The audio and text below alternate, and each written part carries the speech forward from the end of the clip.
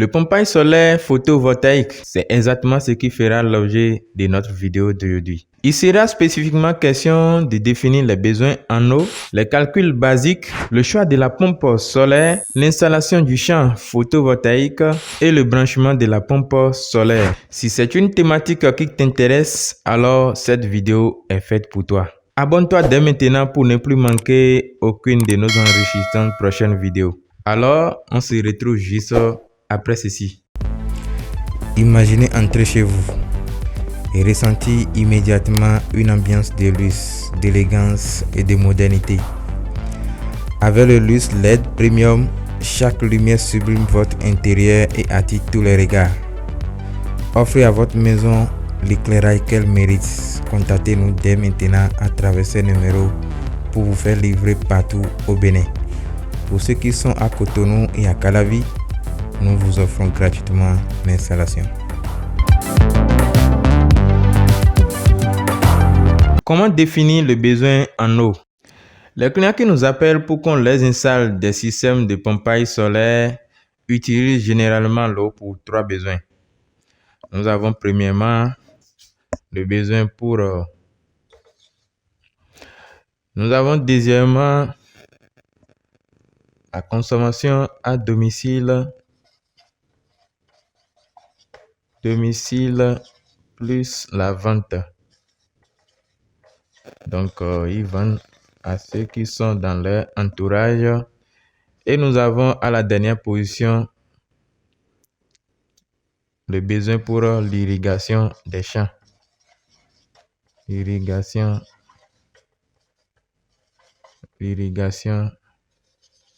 des champs.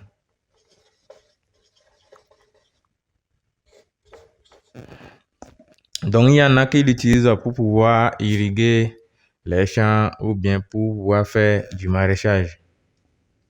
Il y a d'autres aussi qui les utilisent pour tous ces besoins, c'est-à-dire la même personne fait la consommation à domicile, c'est-à-dire dans leurs besoins, dans leur maison.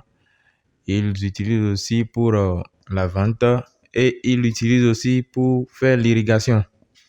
En moyenne, pour faire les calculs, on prend 50 litres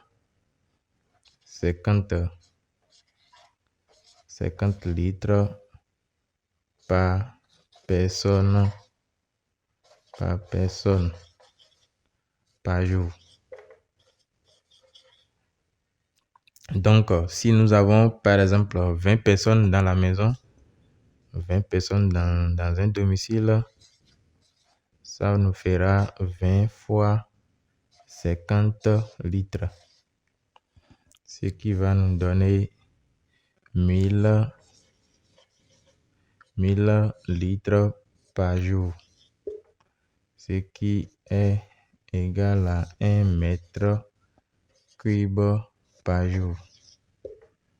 Donc voilà le besoin quand il s'agit de 20 personnes dans un domicile. Si en plus d'utiliser l'eau dans votre domicile, vous voulez vendre à ceux qui sont dans votre entourage, vous devez estimer à peu près le nombre d'habitations que vous avez dans votre entourage et qui peuvent constituer vos potentiels clients. Et c'est en fonction de ceux qui sont dans l'alentour là, ceux qui peuvent être vos clients, que vous allez estimer votre besoin. Nous supposons par exemple que dans votre entourage, à part votre domicile, vous avez encore 10 habitations. Si vous avez encore 10 habitations,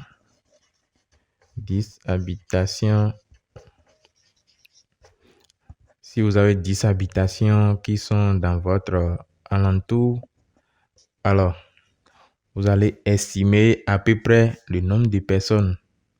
On sait, on ne peut pas le faire avec exactitude, mais vous pouvez quand même essayer d'estimer le nombre de personnes dans chaque habitation. C'est pas possible de connaître exactement le nombre, mais si déjà vous pouvez l'estimer comme ça, ce serait bon et le besoin en eau ne va pas être mal défini. Donc, dans chaque habitation, on va supposer qu'il y a 10 personnes par exemple. C'est un exemple.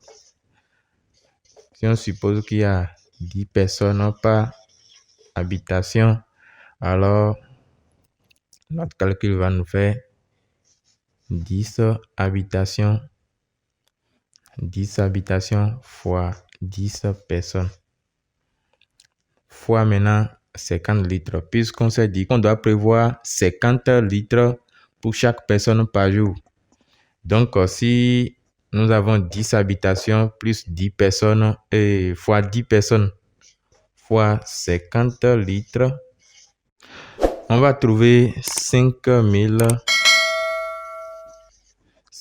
litres. Ce qui nous fait 5 mètres cubes par jour. Ça, c'est pour vos potentiels clients. Donc, si à cela, on ajoute ce que vous-même vous consommez dans le domicile, donc ça nous fera les 5 mètres cubes que vos potentiels clients peuvent consommer par jour, plus ce que vous-même vous consommez dans votre domicile, 1 mètre cube par jour. Donc, notre résultat nous fera finalement 5 mètres cubes plus 1 mètre cube que vous consommez à la maison. 1 mètre cube, ce qui va nous donner 6 mètres cubes pour votre domicile, plus la vente. Donc, quand vous voulez utiliser dans votre domicile et vendre, c'est ce que ça nous donne ça. On a 6 mètres cubes. Dans le cadre de l'irrigation, il est vraiment important de connaître le besoin en eau de chaque culture. Vous devez vraiment discuter avec le propriétaire du champ pour savoir exactement ce qu'il veut cultiver. C'est en fonction de la culture que le propriétaire veut faire que vous allez définir le besoin. Voici la relation qui est utilisée pour pouvoir définir le besoin en eau dans le cadre de l'irrigation. Pour un hectare, l'irrigation,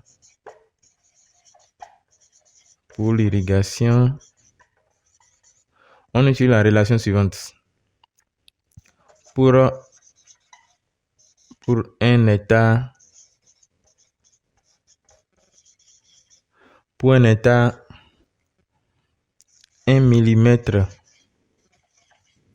1 millimètre d'eau par jour entraîne 10 mètres cubes d'eau par jour. Alors, c'est d'après cette relation que vous allez estimer pour les autres, pour chaque culture, en fonction de la culture que la personne veut faire. S'il s'agit du maraîchage, par exemple, on prend en moyenne 5 mm par jour. Donc, si on considère 5 mm par jour, 5 mm par jour va entraîner combien? On a dit 1 mm entraîne 10 mètres cubes d'eau. Alors, 5 mm va entraîner combien? Ça va entraîner 50 mètres cubes. Donc, voilà un peu comment vous allez estimer. Pour le maïs, par exemple,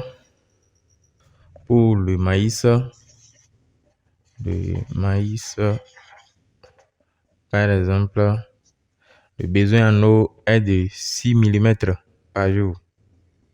Donc, 6 mm. Donc, si on veut calculer pour le maïs, les 6 mm vont entraîner 60 mètres cubes d'eau par jour. Voilà un peu comment on estime le besoin en eau dans le cas de l'irrigation.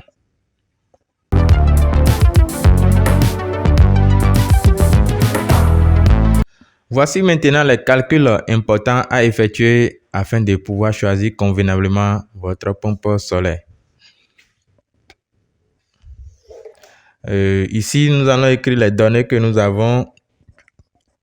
Pour pouvoir effectuer les calculs, nous avons déjà estimé le débit, par exemple, de la consommation. On va prendre l'exemple du débit de la consommation plus vente.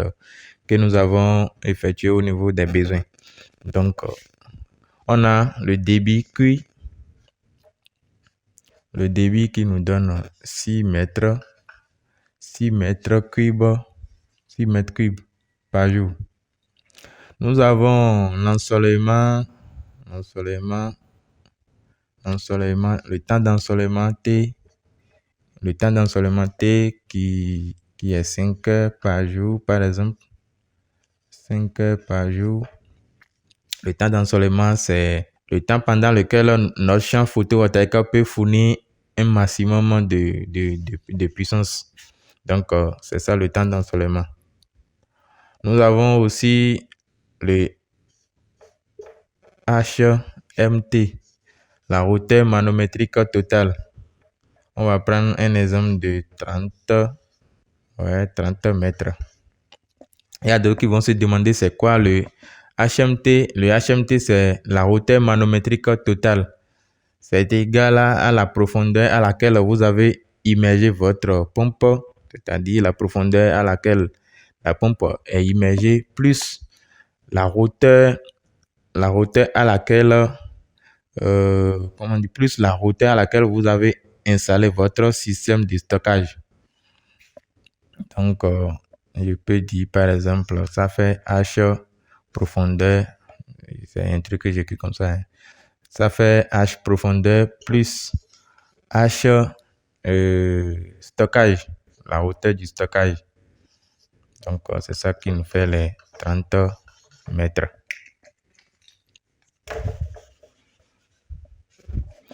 Nous avons le débit, nous avons le temps d'ensoleillement, nous avons la hauteur manométrique. Après le HMT, on va déjà choisir la puissance unitaire des panneaux que nous voulons installer. PU, c'est la puissance unitaire d'un panneau. Donc, PU, on va prendre l'exemple de 300 watts. 300 watts crête. Donc, nous avons pris 300 watts crête. On connaît l'irradiation dans chaque zone. Donc, si vous ne connaissez pas, vous pouvez vous rendre sur Google ou bien au niveau des services météo. L'irradiation, par exemple, au sud du Bénin, moi je suis au Bénin, je vais prendre l'exemple du sud du Bénin. L'irradiation, lorsque le soleil est au zénith, est égal à 1000 watts par mètre carré. Donc, irradiation, lorsque le soleil est au zénith, est égal à 1000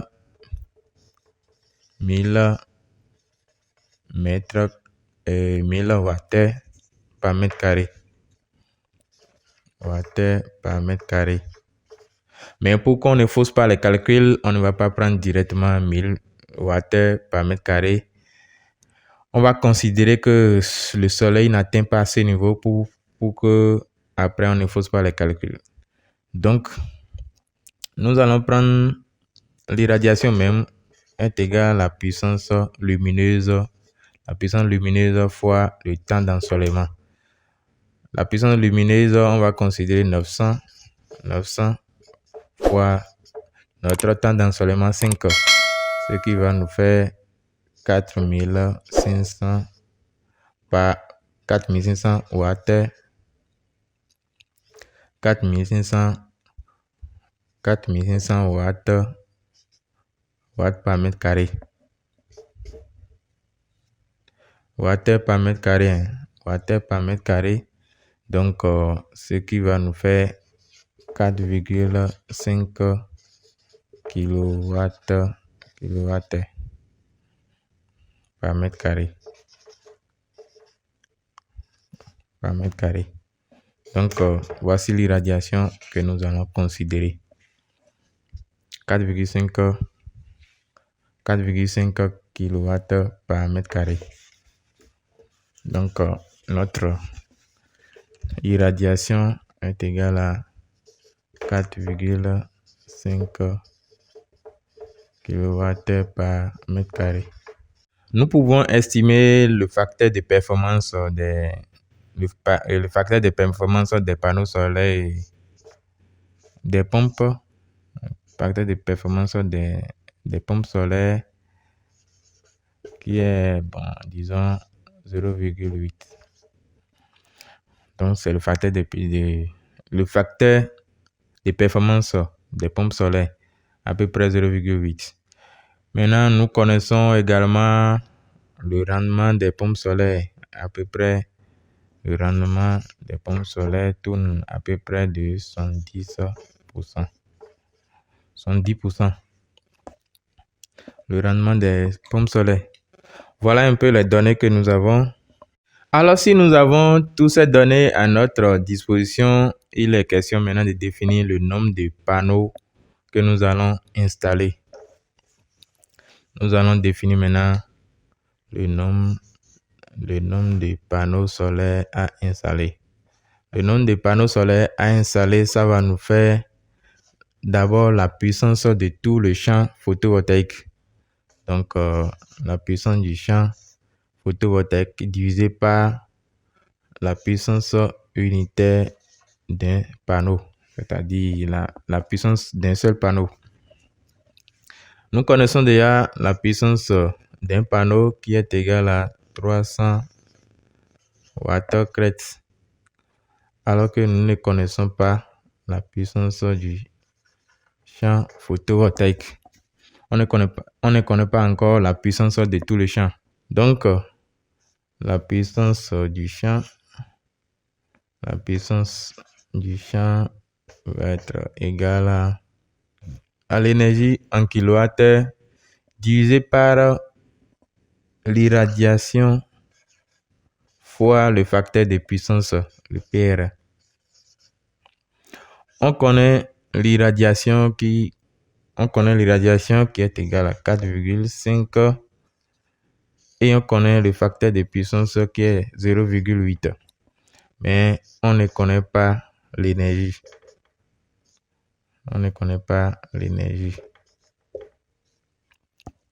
Donc, on va déterminer maintenant l'énergie.